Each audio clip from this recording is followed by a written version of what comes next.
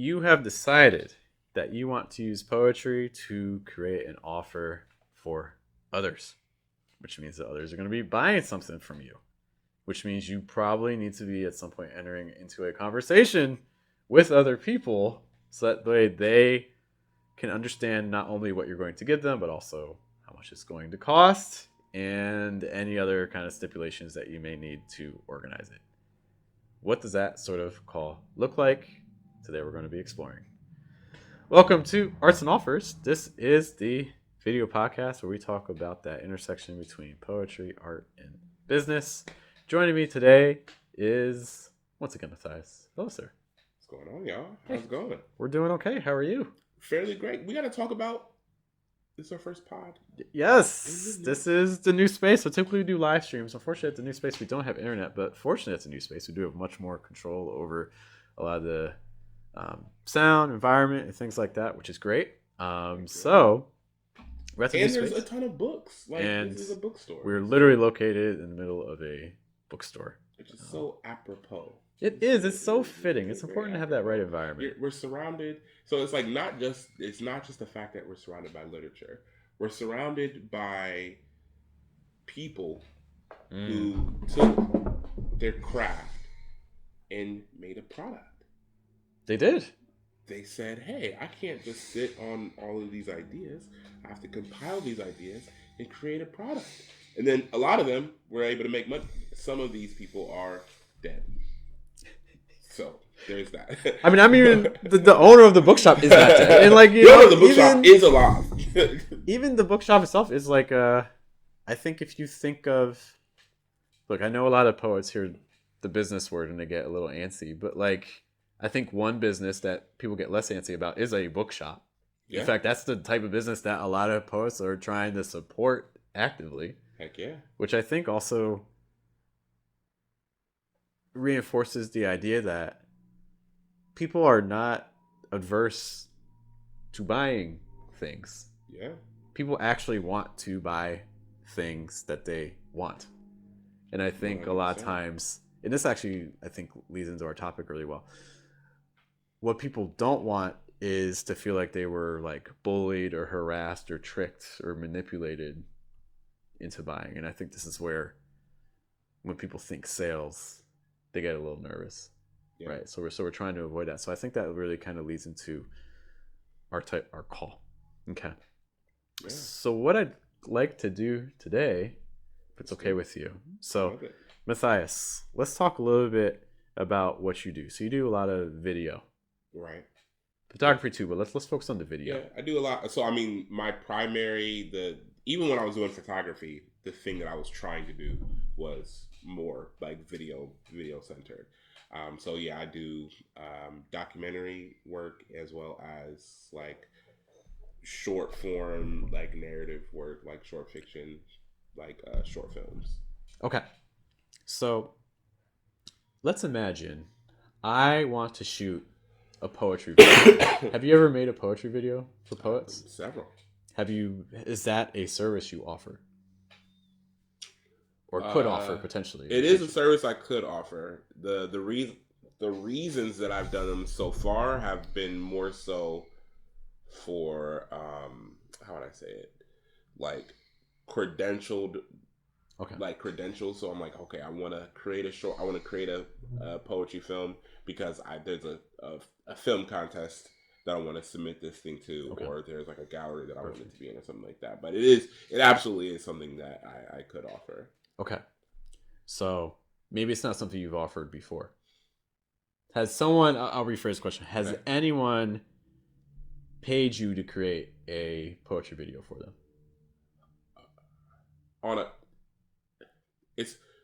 A gallery has paid me to have, so it's weird.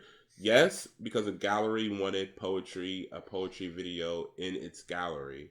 So I was paid by the gallery to have a poetry video in the gallery. Okay. If that makes sense. But yes. So far a poet has not had okay, this is going to be a great conversation then. To be like, I want a poetry video made. They pay me for the poetry video. So let's imagine First time. Okay. How are we going to handle this? This is exciting. All right. So Okay. Matthias, I want you to be Matthias. Yes. Okay. My favorite character. I'm going to be a stranger. So let's imagine you don't know me. Done. I don't know you. What? I don't know you. I was referenced to you by someone. Someone saw a video you did, and they're like, "Hey, Jeff, you might like this guy doing a video for you." Okay, so we have no we have no prior relationship. Okay, so like no friend discount, none of that, right? Okay, Alrighty. not that you have to do a friend discount or anything, but just throwing that out there. Okay. It's a cold call, pretty much. Like it's a cold call. I'm with it. I'm with it. It's not a warm lead. I just kind of coming to you because someone showed me what you're doing. Okay, I've never heard. Let's take it from there. Okay, you're not expecting my call. I call you up. Hey, is this Matthias? This is cool. Matthias. Wait, hold on. Just make sure we're understanding the premise. Yeah. You said I'm not expecting your call. You're not expecting my call. This is completely cold. Okay. Okay. Done. Okay. And I tried to look you up online, but I couldn't find your website. So someone gave me your number.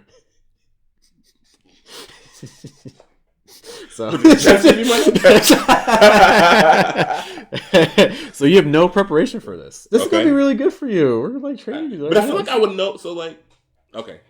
You never know. Eventually, no. I'm saying because like I know how I handle like cold intros, which are like I typically walk me through it. That's fine. It's still fine. So I'll say this. So I think one of the things, especially when it comes to like any kind of business reach out, I don't really do the like almost like the spontaneous thing, and the primary reason is because I think everybody's project.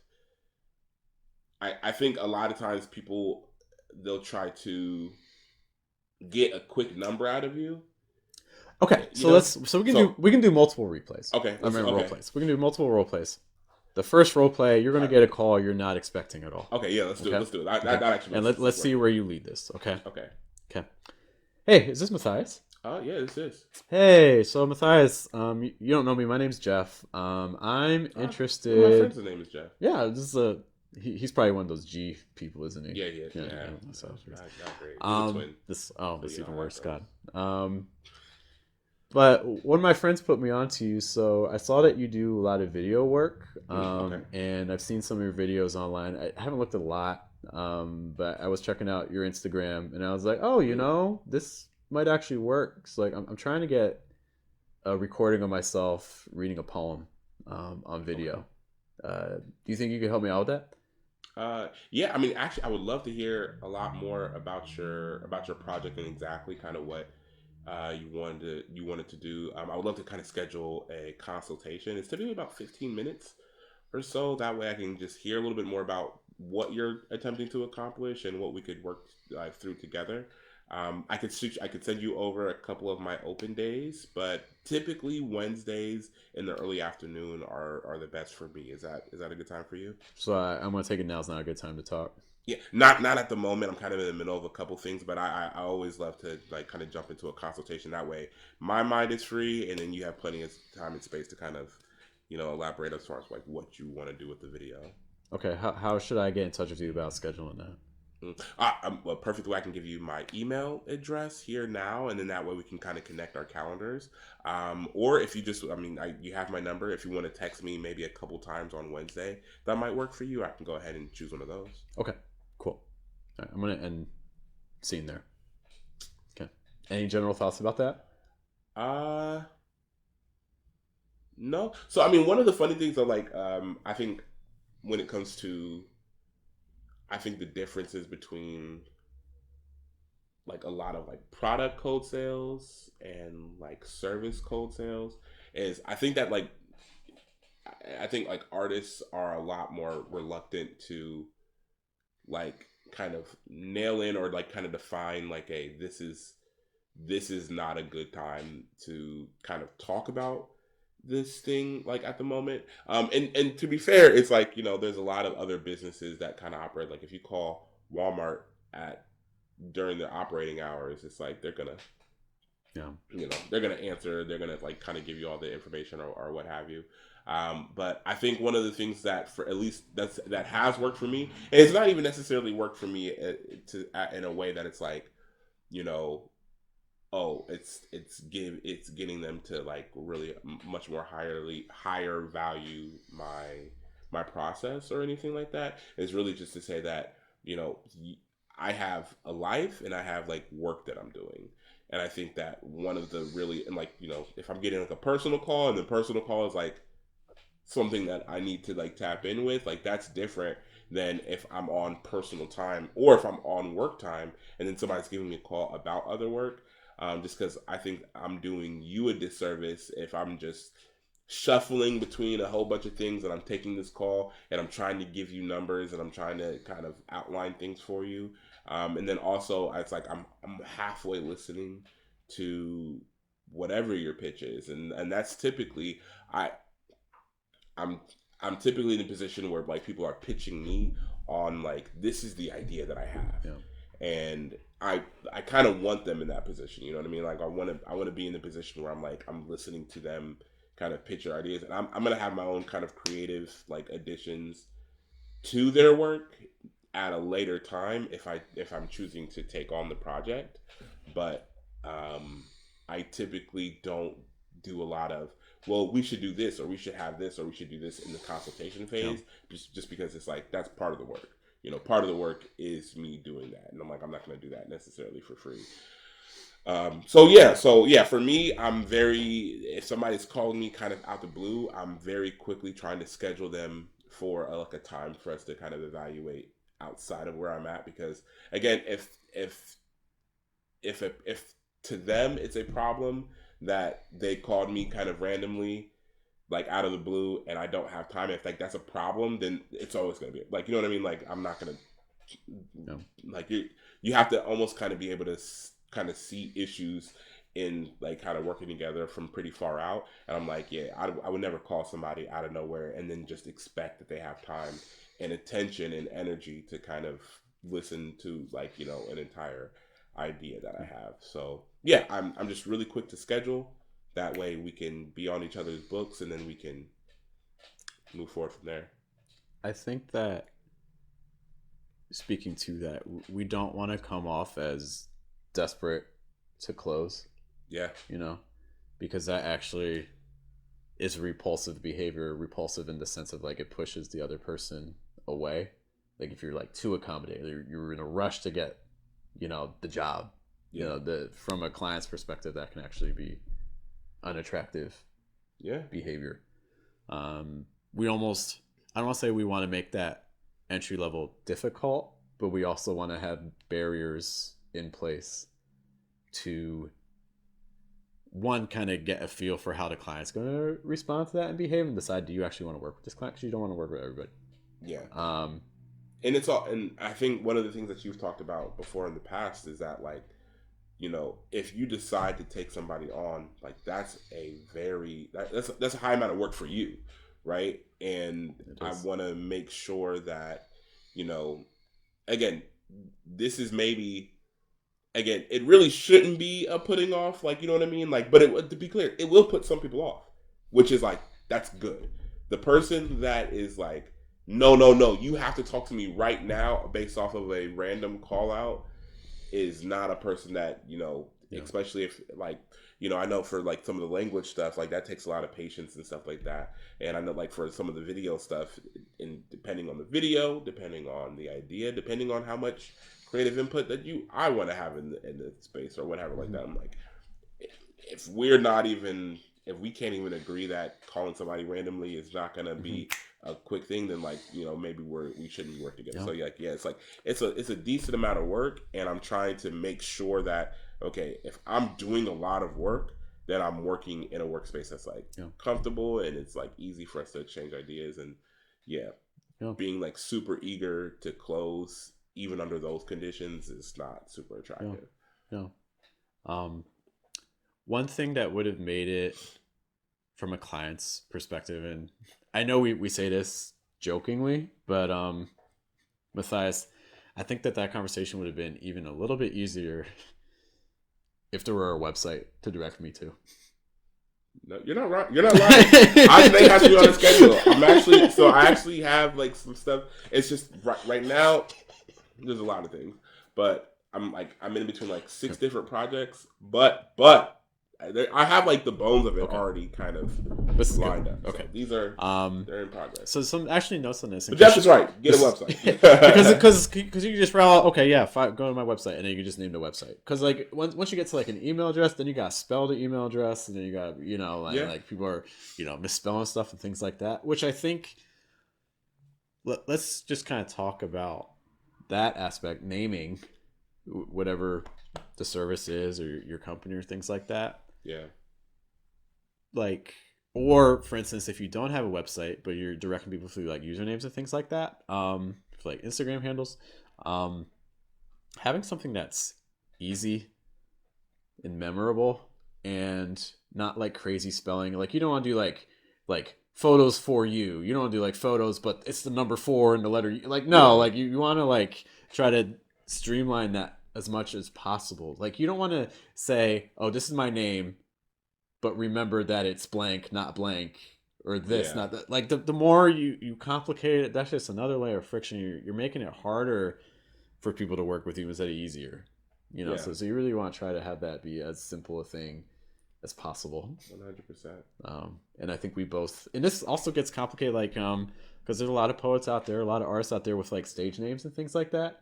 Yeah. And the stage names can use, we've seen all kinds of spelling with the stage names and things like that, which is, on the one hand, yes, that can individualize you, but on the other hand, that can also make it more challenging to find you. Yeah. Yeah, for sure.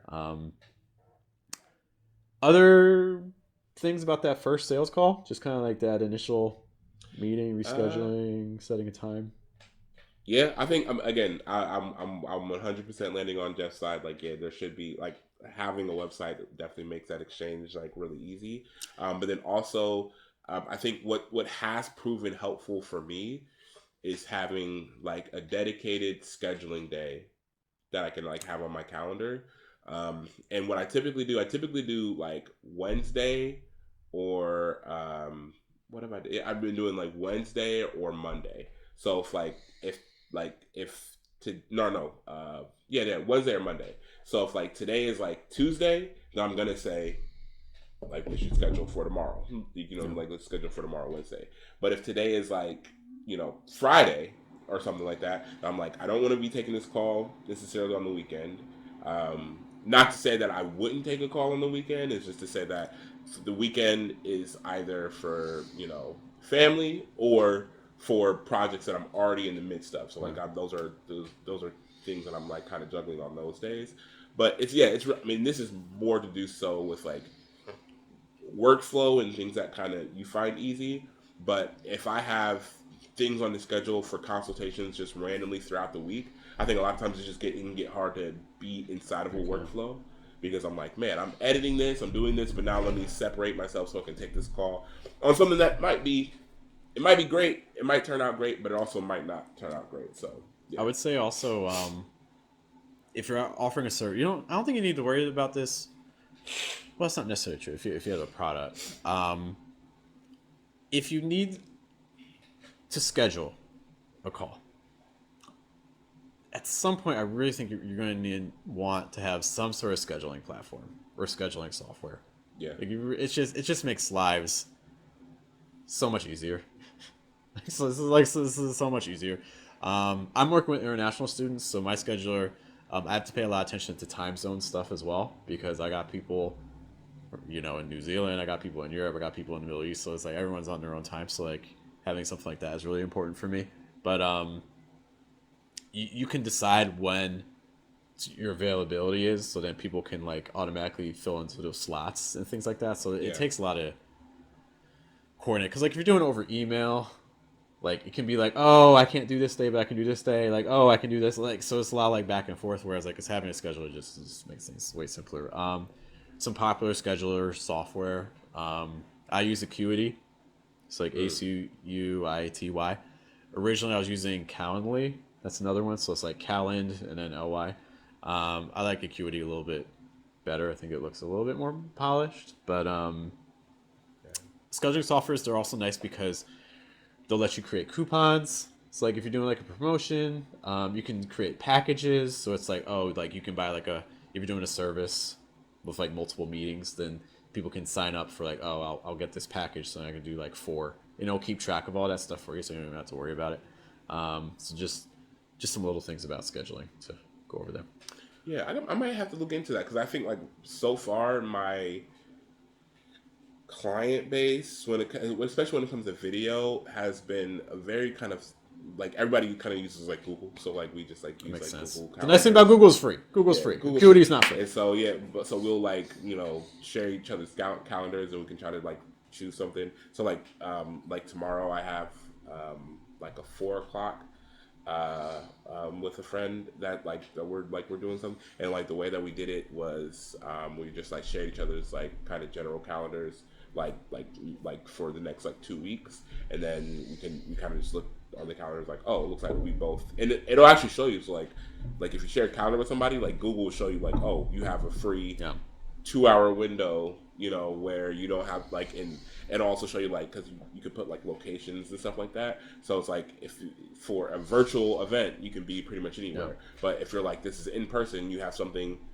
that is at 4 o'clock, but then your next thing is at 6 o'clock, but the thing is at 6 o'clock, it is 35 minutes away from this place. Mm-hmm. So you want to have it, if you want to have it at a coffee shop. So you can do some really cool things in Google, but I think it's a little bit less intuitive. Like you have to kind of really learn and kind of pay attention to some things in Google, but That makes sense. Because like Acuity was 100% designed for scheduling. Yeah. That's their business. So like they're entirely I don't know if you can do like can you schedule something that's paid on Google? That's like, I wonder if like, can you connect it like with like Google Wallet or so it's like, oh, if I book this time, then I also pay for this time. Well, I've never tried that. Okay, so it's like, for instance, that's something that you do when like to book a time on Acuity, then it takes payment, and they take all your credit card and like your online payments and stuff like that, so like I hear what you're saying about, like, I think if you're starting off, it sounds fine, especially if it's like a free consultation, something like that. Yeah. But if you're trying to do like, no, this is like a paid lesson or things like that, or something that's recurrent, like, try it out, see what works best for you. Maybe it's an expense you don't need, but it might be something you want to graduate to later on to like a paid platform potentially. Yeah. Okay. Actual sales call. Okay. All right. So I booked the time. We're meeting. Take it away. Okay. So if they book a time, then typically I'm reaching out to them. So I'll give them a call. So we'll just, let's say we booked Wednesday, 3 o'clock. Sure. Beep, beep, beep. Ring, ring, ring. Hello. Hey, this is Maddie with the cam, and I just wanted to make sure I'm reaching out. We had this time scheduled. It's still good for you? Yeah, thanks for taking some time for me. I appreciate it. No, of course. Yeah. So I have my notebook here. I know you said that you had a video idea, so I wanted to make sure that I was able to kind of get some things down, and then maybe we can kind of talk about packaging afterwards. So yeah, if you could maybe tell me a little bit about what you're wanting to accomplish. Yeah. So I had this one poem. It's not long. Like, it's only like, I could probably read it in about 2 minutes or so. I tried doing some dry runs on my own and like shooting with my phone, but I'm like, I feel like I can get better quality. So yeah, so I have like about 2-minute poem I'm trying to get a recording for. Okay, cool. So so you said you already done the recording. Let me ask, would you say you have the poem memorized or no? I know the gist of it. I want to have some like visual reference to point to, like I can like read it off the paper, or like if you have like a teleprompt, like I don't know what your setup is, but something like that. I'd probably need some sort of like visual aid. Okay, gotcha. And then so when we're thinking about the video, one of the things that I always say is that the poetry video can really be anything that you kind of want it to be, or that you imagine it to be, but you do have to be able to, almost kind of explain it, right? Mm-hmm. So if I can ask, like, what were you thinking as far as like a treatment for the video, or maybe a shot by shot, like maybe different scenarios? Is this inside? Is it outside? Are you walking? Or is that something that you were kind of looking to kind of get inspired with? I wasn't looking for necessarily anything like too flashy. Like, originally what I just had in mind was just kind of me Maybe like on a stage doing the poem. But like if you have some other ideas that you think will work well, I'm open to hearing them. I gotcha. Okay. And so, let me see. We covered that. What were, yeah. So, if I can ask, when we're talking about budget wise, what was your budget for that you kind of had portioned out for the poem? I mean, like I said, it's only like a 2 minute video, so I don't know, $30, $50. Okay, so and I hear you. I would say this. I don't know if maybe like the kind of the work that we could do together is necessarily possible with that budget. My packages start around $250, and so I can do a lot of things. I can't do everything that I would want to do for you for $250, but I really can't do much underneath that price point. Typically, kind of with my packages, we're talking about a voice recording session. That way, we can get a clear version of the poem down, as well as naturally the visuals. We're talking about, if we want to do something just like strictly on a stage, then we're going to be doing that as well. But yeah, unfortunately, I don't think that we would be able to kind of meet together at that price point. It's only a 2 minute video. Yeah, no, completely understandable, and I definitely think that if there is another like kind of videographer that's able to kind of meet that need, absolutely. It's just that unfortunately, just kind of for the setup that I would be bringing to the table, and some of the things that I'd be doing, I really couldn't do it at that price point. Okay, I might pause this here. Okay. What are your thoughts on that so far? It's actually very similar to the calls that I've gotten before, so that's kind of what I figured. It's kind of okay. And I think I'll say this. So, like, here's something that's kind of ironic. Like, I would either do something for free, or I would do it at my price, but the conditions for me doing something for free would mean that like I'm very interested in the project. Like there's been things that and I don't know, there's some stuff I can't really talk about quite yet, but there's like some projects that I'm like, somebody has came to me and like that we'll just be talking about like projects or something and stuff like that. And I'm like, man, like there's a component of this project that I think I can be involved in, and that I think we can kind of push this out to some like larger audiences and do some things with. And for that, I'm like, I'm doing that project at zero cost, but there is something that's happening on the back end with regards to like film festivals and stuff like that. I think even something that's maybe more public, it's like my wife's work, so like I don't know if that necessarily counts, but it's like that's a project that I'm like, okay, I'm deeply interested in, and we're working on the like I'm charging nothing to be part of the project, of course. You're staying married. That's true. So yeah, I'm getting that, but then it's also like outside of that, there are mechanisms that are happening outside of that I'm like, okay, like we're able to expand my platform, expand kind of the work that I'm doing, and I think that. It's something funny because it's like, and I don't know, maybe we'll do like another, because there's an idea that I had like about like how people kind of try to pitch you, but I think a lot of people, they assess time, like the time of their product, as a proper metric for how much it should cost. Like, and you get that all the time. Like, again, time-based pricing is that thing where they're just like, oh, it's only 2 minutes. I'm like, yeah, like you have. Let's say, for example, this video that we are talking on right now, with the cameras, with all the cameras involved, it's probably easily at the end of it is going to be like 75 gigs worth of like memory, right? And then that has to be compressed, it has to be edited, it has to be switched, it has to be color graded, all that other, and that is outside of all the work and time that it took for you to actually have the expertise to do it. And if they're reaching out to you, it's because they've seen your work and they're like, I really want to be a part of the work product from this person. And so when they're trying to tell you, oh, $30-$40, it's like they're not taking into consideration kind of that, or they just severely miscalculated that. I want to talk a little bit about some of the things that happened during that call. Okay. The first thing that happened was, and it happened very quickly, was anchoring. Anchoring, and I'm not a sales call expert.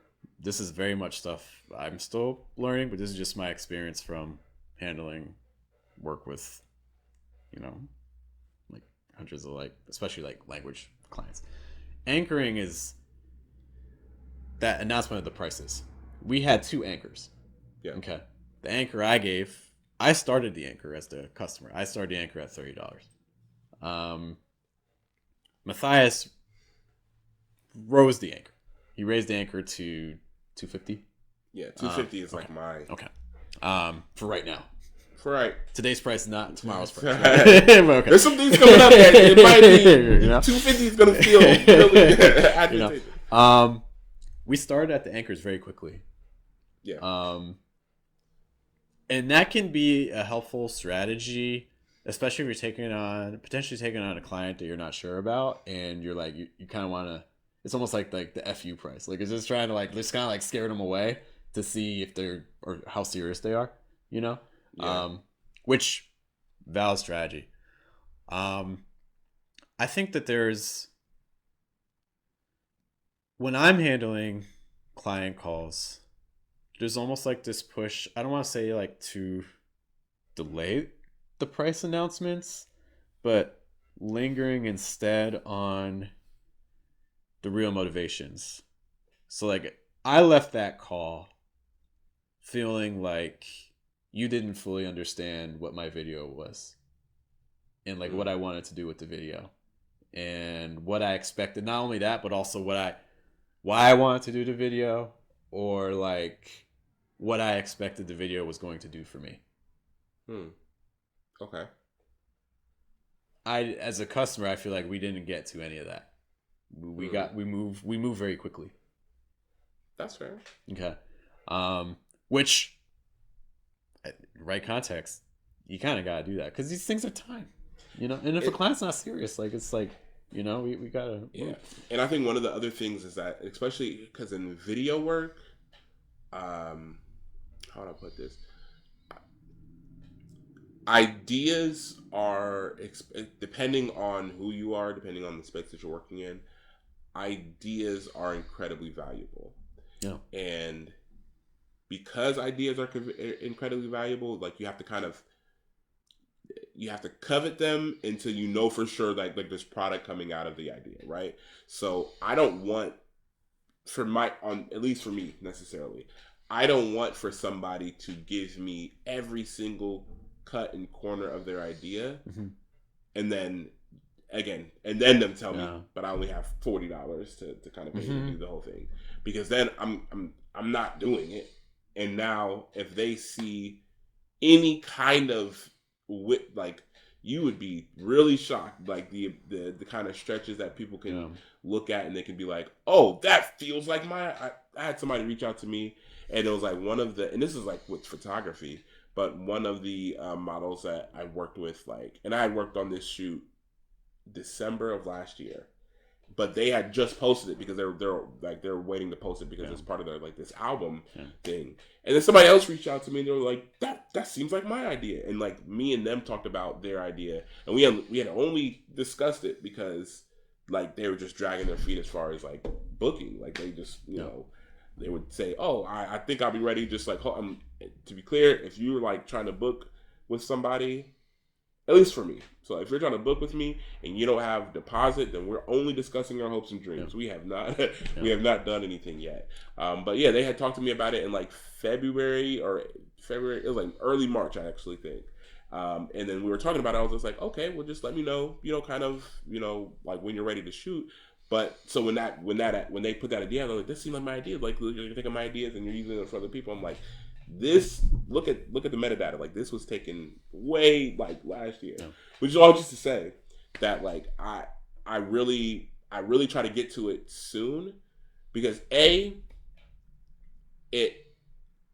it means that we don't spend a huge amount of time in this consultation, like that we don't have to. You know what I mean? Honestly, if I most of that is like a kind of a warm open, so like in that way they can feel like, oh man, like we're having a conversation, great, because if as soon as they get on the call, like, hey, how's it going? So it's got to be at least $250 now. Give me your idea. It's like that's not very like kind of fluid, but if I don't get to it soon, then maybe we end up caught up in a half an hour consultation, and this entire time they thinking it's a $40 project. And now I think that even leaves like a worse taste in your mouth, like than it would have been if somebody was able to kind of disclose that earlier. Because then it's like, oh, I just spent all this time elaborating on this thing, and a lot of times people are coming up with ideas in the consultation. Because a lot of times in the consultation, because I'm a videographer, I'm asking questions that they didn't even think about. You know what I mean? Like in their original kind of kind of creating the idea. That's very valid. I get it. It's I feel like pricing is something. It's the part of conversation everyone knows is coming up, and everyone can have. There's almost like some hesitancy, like everyone's kind of dancing around it, Some ways that you can avoid that part of a conversation if you think about your own pricing strategy or your own offer. Like that's why you see phrases like, for instance, on websites that say, like starting at whatever the price is. Yeah. And then then you'll see like the book a call underneath. So like it establishes a frame immediately, so then people can kind of self-select, So that's one way. But if you don't want to have that price listed and people are kind of going in cold, I want to do the role play again. Maybe switch it up. I'll let me be the videographer, and just to show an alternative for like that kind. And the risk, I'll be honest, the risk that this conversation is going to have is it's going to take more time. Okay. All right. So I'll call you up. So again, you scheduled. It's the time that we set for.